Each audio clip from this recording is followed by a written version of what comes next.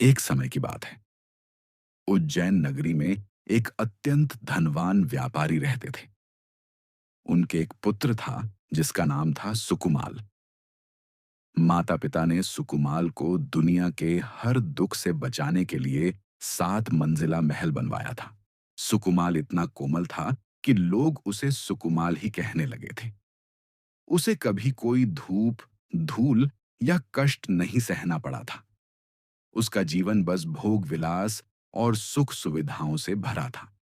लेकिन विधि का विधान कुछ और था। एक दिन नगर में आचार्य महाराज का आगमन हुआ।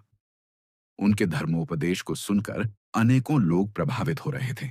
आचार्य मुनि प्रवचन देते हैं। उनका चेहरा शांतिपूर्ण होता है। सुकुमाल उन्हें ध्यान से सुनता है। उसके चेहरे पर विचारशीलता के भाव आते हैं। आचार्य महाराज के उपदेश ने सुकुमाल के हृदय में वैराग्य की ऐसी ज्योति जलाई कि उसने सब कुछ त्यागने का निश्चय कर लिया। सुकुमाल कभी महल से बाहर नहीं गया था। सुकुमाल एक रस्सी के सहारे महल की बालकनी से नीचे उतरता है। उसके माता पिता और कुछ सेवक नीचे खड़े उसे देख रहे थे। उनके चेहरों पर दुख और चिंता थी। सुकुमाल ने दिगंबर दीक्षा ले ली और एक मुनि बन गए। वे जंगल में श्मशान भूमि के पास ध्यान करने लगे ताकि अपने शरीर के प्रति मोह को पूरी तरह त्याग सकें। सुकुमाल जंगल में दिगंबर मुद्रा में ध्यान कर रहे थे। तभी एक सियारनी अपने बच्चों के साथ पास आती है। वह सियारनी अपने बच्चों के साथ भूख से व्याकुल थी। उसने मुनि के कोमल शरीर को अपना आहार समझा और नोचना शुरू कर दिया।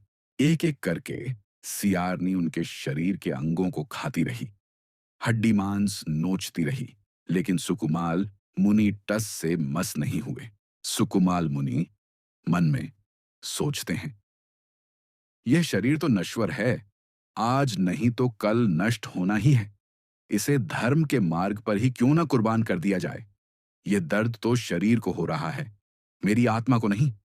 मुझे इस शरीर से कोई मोह नहीं। मुझे केवल आत्मज्ञान की ओर बढ़ना है। नरेशन। अतुलनीय धैर्य और संभव के साथ सुकुमाल मुनि ने उस घोर उपसर्ग को सहन किया। उन्होंने न तो सियारनी पर क्रोध किया और न ही अपने ध्यान को तोड़ा। इस घोर तपस्या और अद्भुत सहनशीलता के बल पर सुकुमाल मुनि को केवल ज्ञान प्राप्त हुआ और अंततः उन्होंने सभी कर्मों का क्षय कर मोक्ष, निर्वाण प्राप्त किया। सुकुमाल मुनि की यह कहानी हमें सिखाती है कि सच्चा सुख बाहरी भोगों में नहीं, बल्कि आंतरिक शांति और आत्मत्याग में है। यह हमें यह भी बताती है कि वैराग्य और सहनशीलता से हम जीवन के हर कष्ट को पार कर सकते हैं और परम गति को प्राप्त कर सकते हैं।